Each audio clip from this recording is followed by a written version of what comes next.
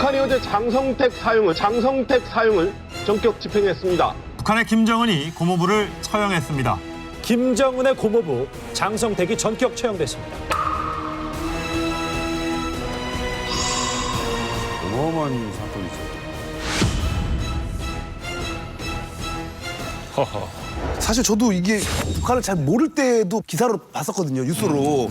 그때도 사실 굉장히 충격적이었는데 그때 북한에서 느꼈을 때는 이 장성택의 이 권력은 어느 정도였어요? 피부로 느끼는. 북한의 가장 큰 현대사 영향을 끼친 5사람을 꼽으라 그러면 김일성, 김정일, 김정은, 그다음에 박금철이라는 사람. 67년도에 그 갑산파의 두목이 박금철인데 청당한.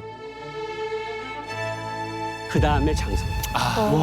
거기에 올라요. 장성택이가 북한 김정일 체계의 어떤 그 기반을 만든 사람이라고 보십니다.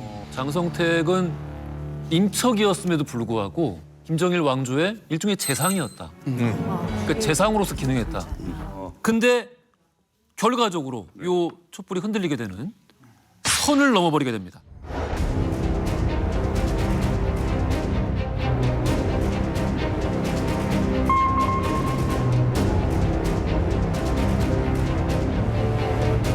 북한의 대표단 단장을 해서 한 경제대표단 인원이 80여 명이 중국을 장성택이 들어가요. 그때 당시만 해도 중국은 장성택이를 국가수반대우를 했습니다.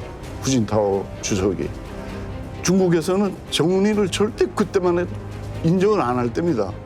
그러니까 중국에서 지금 후진타오 뭐 이랬는가 뭐 저 어린애가 앞으로 잘할 수 있겠는가. 만약에 잘 못할 때는 무슨 대책이 있는가 하니까 그에 대한 대답으로 정남이 있다. 그에 대한 대답으로 정남이 있다. 그렇게 말했는데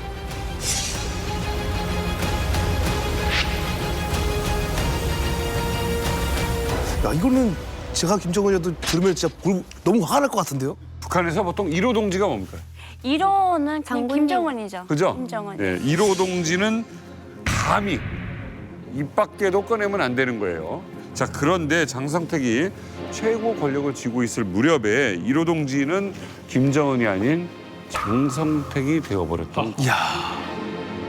이런 일이 있어서 이제 김정은이 집권한 이후에 한번 김정은이 직접 군 회계장부를 한번 살펴봤는데 원래 있어야 될 돈이 없는 거예요. 관계자를 불러가지고 여기 돈이 왜 이렇게 비냐 했더니 장성택이 이제 54국이라는 걸 만들어 놓고 그쪽에서 돈을 관리해가지고 다 그쪽으로 빼갔다. 그래? 그럼 가가지고 원상 복귀시키라고. 그래서 또 관계자가 54국을 갔어요. 가가지고 들어가려고 하니까 앞에서 무장 경비 병력이 막은 거예요. 못 들어간다고. 김정은이 보냈는데. 1호의 명령인데요. 네. 그래서 아니 무슨 소리냐고 지금 내가 들어가가지고 지금 장부를 좀 갖고 오라고 김정은 동지께서 얘기했다고 했더니 그 경비병이 뭐라고 했냐면 1호 동지의 허락 없이는 아무도 못 들어간다 1호 동. 라고 얘기한 거예요 경비병 얘기. 대놓고. 물어봤죠. 당신들이 말하는 1호 동지가 누구냐? 장성택이다. 디 엔드죠 그러니까.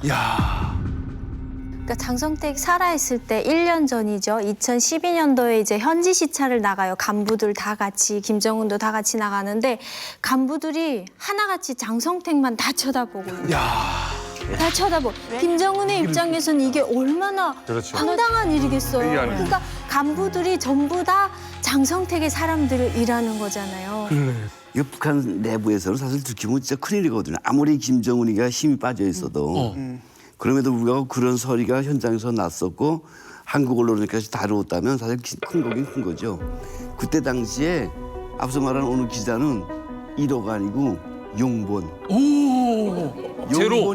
용본이 어떻게 했다. 우리 다 운었으니까. 제로 오기.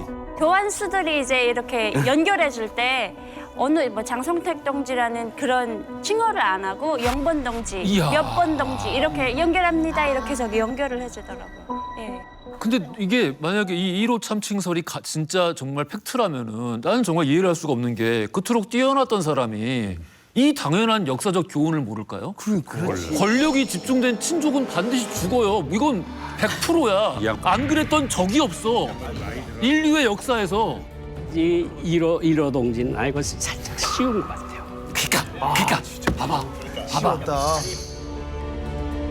장 부장이 40년 동안 거기서 일했는데 내가 1호 동지고 1호 동지 허락 없이 그런 거는 저는 상상을 할 수가 없다고 생각하고 이건 죽은 다음에 나쁜 놈이라고 해서 살짝 들려 씌운 것 같고 예, 예.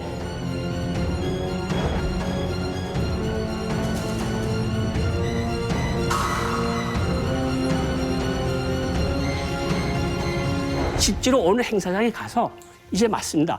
우리 장 부장 동지 만수무강을 위하여 그랬다 장 부장이 그 자리에서 술잔 깨고 나와버렸다는 거예요. 그거는 그 사람이 닿지 말아야 할 터부라는 걸 알아요. 손을 너무 많이. 네, 근데 확실한 거는 장 부장 동지 허락 없이는 못 들어갑니다.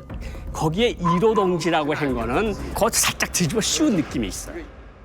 김정은에 대한 충성이 변함이 없었던 장성택이 1호 참칭 썰을 받게 될 정도의 이런 오해가 생기려면은 그러니까 이건 결국 이건 반드시 죽어야 되는 사람입니다. 그렇지. 이미 이 사람 무조건 죽어야 되는 거예요. 무조건 죽어야 돼요. 장성택의 행보를 보면 철저하게 뭐 1인자가 되겠다고 한 행보는 아니었어요.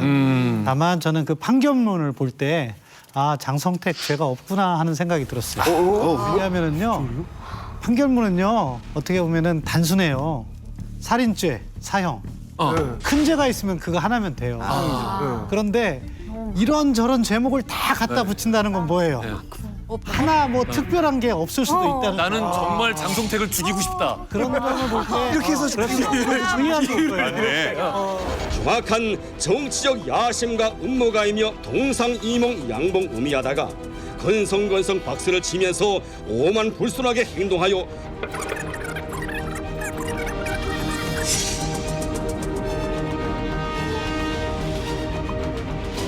그 이면에는 김정은의 불안함이 있었다는 거예요.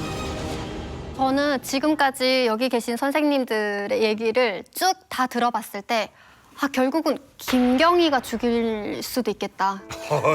야, 요 시선. 요 시선. 왜냐면 여자는 한을 한번 품으면 5월, 6월에도 서리가 낀다고 했어요. 발 앞에다 걸려가지고 막 이런 막.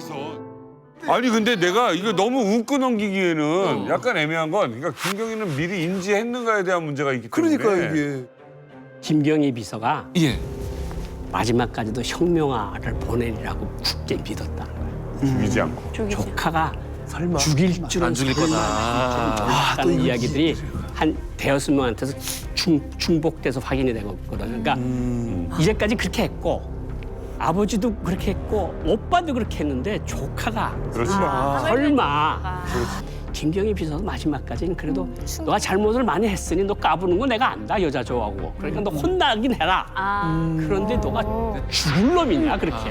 죽일 줄은 몰랐지. 네, 그거는 아니에요. 죽을 놈이죠. 충격 받았겠다.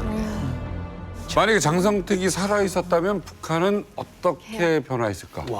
살아 있었어도 사실 김정은의 정책을 바꿀 수 있었는지는 의문이 돼요. 의문이다. 다만 장성택이 계속해서 주도권을 가지고 북한을 장성택이 구상한 대로 이끌고 갔다면은 우리 고영한 박사님께서 말씀하신 것처럼 북한을 개혁개방으로 이끌었을 것이다. 앞서 언급된 그 나종일 전 국정원 차장님, 네.